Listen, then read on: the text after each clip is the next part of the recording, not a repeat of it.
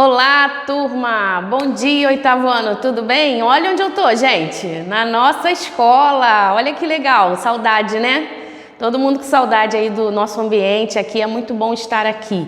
E hoje eu vim aqui gravar a nossa aula, tá? Vamos dar continuidade aos nossos estudos, mas hoje eu vim especificamente aqui para a escola para gravar uma aula especial para vocês, tá bom? Então, olha só, nós vamos iniciar, vamos começar um novo conteúdo que pertence ao terceiro bimestre. Então, fique atento porque a gente vai falar sobre vozes verbais, tá?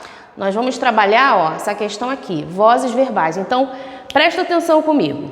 Quando a gente fala de vozes verbais, eu quero que você entenda que são as diversas formas que a gente tem de se expressar. Lembra que eu já apresentei vários textos para vocês? Então, existem diversos tipos de textos. Dessa forma, também são as vozes que aparecem nesse texto. E quando eu falo em vozes, eu quero falar na construção que você realiza ao, por exemplo, construir uma oração, um parágrafo, né? Se você parar para pensar, você se utiliza de quê? Dos verbos. Lembra que eu já expliquei também? Frase é um enunciado com sentido completo. Ele não necessariamente tem verbo, pode ter ou não, tá? O importante é o sentido, é a comunicação, né? Aquilo que ele faz o outro entender, tá? E a oração? Para ser oração, obrigatoriamente tem que ter verbo, gente. Lembra? Então se tem que ter verbo, o verbo a gente sabe que ele se flexiona, correto? A gente sabe também que o verbo ele tem suas formas nominais.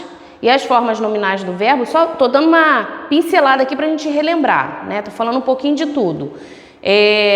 Ele pode se apresentar na sua forma infinitiva, aquela terminação AR, ER, IR, lembra? Primeira, segunda e terceira conjugação? Então, ele pode se apresentar no particípio, ele pode se apresentar no gerúndio. No particípio, nós temos aquelas terminações NDO. Então, ado, edo, ido. Caído, falado, né? E no gerúndio, o NDO. Cantando, falando, brincando. Tá? Então, só para a gente poder relembrar, o que ela está falando? Estou falando de verbos. E se eu vou falar de vozes verbais, eu preciso prestar atenção, então, nas flexões desse verbo. Por exemplo, quando eu digo assim, ó, mamãe fez um bolo. Pensa aqui comigo, qual é o verbo dessa oração? Fez. Quem fez? Mamãe. Mamãe, então, é o sujeito da oração, correto? Existe, então, um agente, né? Alguém aí, um sujeito que age, por isso agente.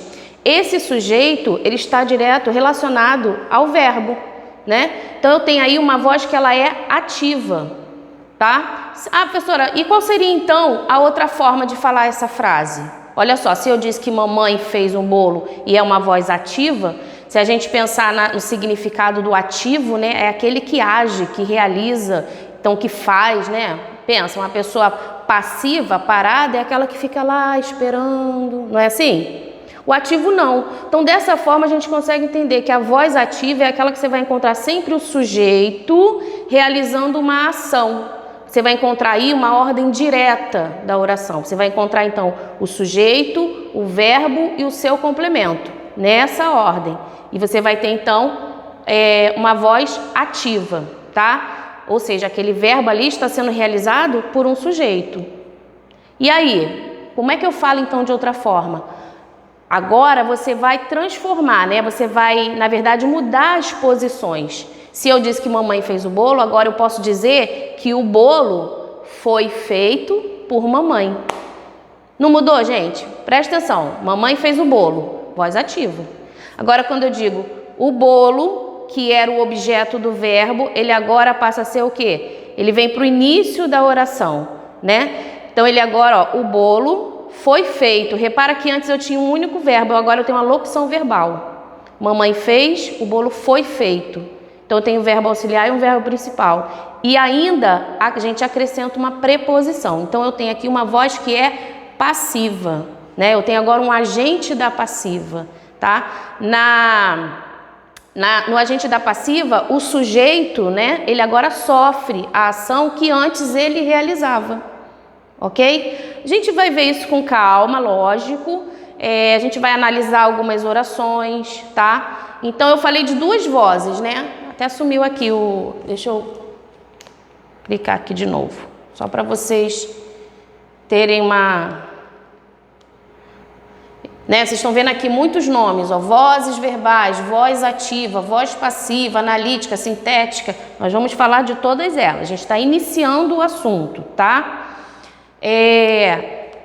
Aí eu tenho aqui mais ou menos, ó, ele fez o trabalho. Então você tem o sujeito ele, você tem o verbo fez, né? O trabalho é o complemento aí do verbo.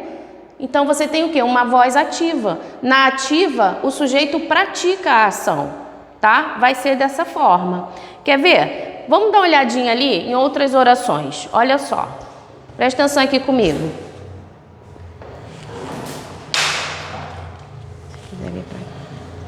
Coloquei algumas orações aqui. E aí você faz comigo aqui. Presta atenção. Ó, eu escrevi este poema. Qual é o sujeito da oração? Eu, né? Então, olha aqui. Sujeito. Vou trocar a caneta. Qual é o verbo, gente?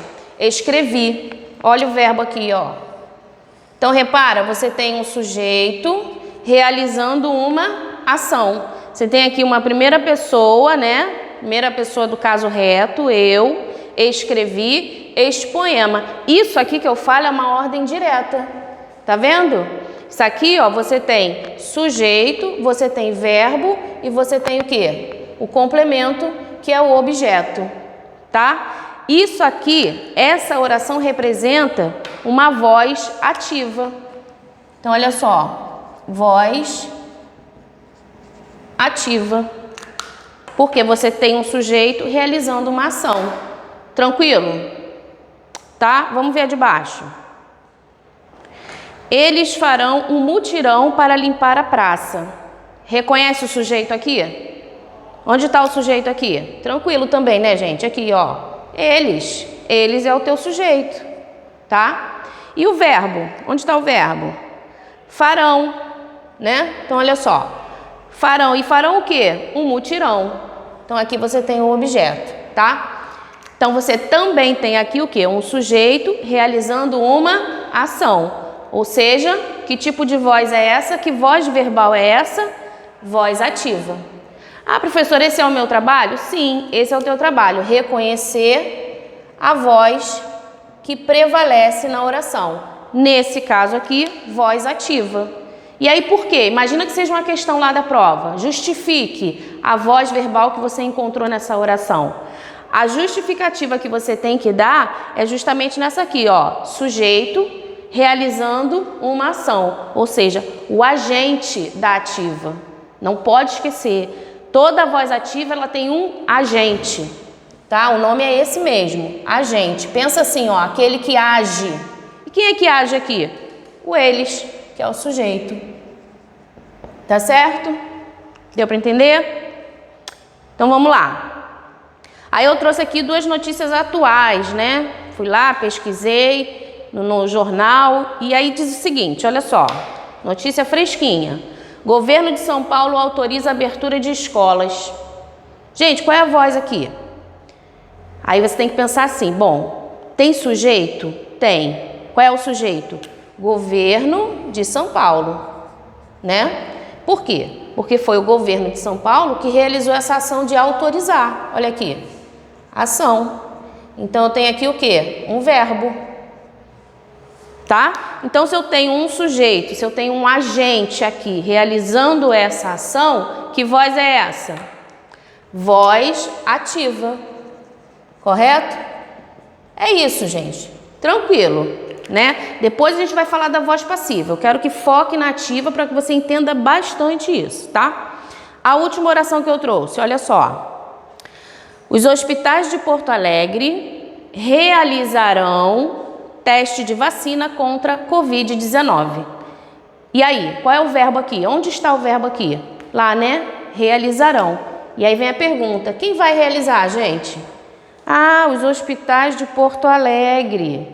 Então quer dizer o quê? Que eu tenho um agente aqui, né? Eu tenho um sujeito aqui que ele é agente, que ele age, que ele realiza, ok? Então, que voz é essa? Voz ativa. Deu para entender? Muito bem. Tá? Então é isso. Aqui a gente fica com a voz ativa. Eu vou falar com vocês agora da voz passiva, tá?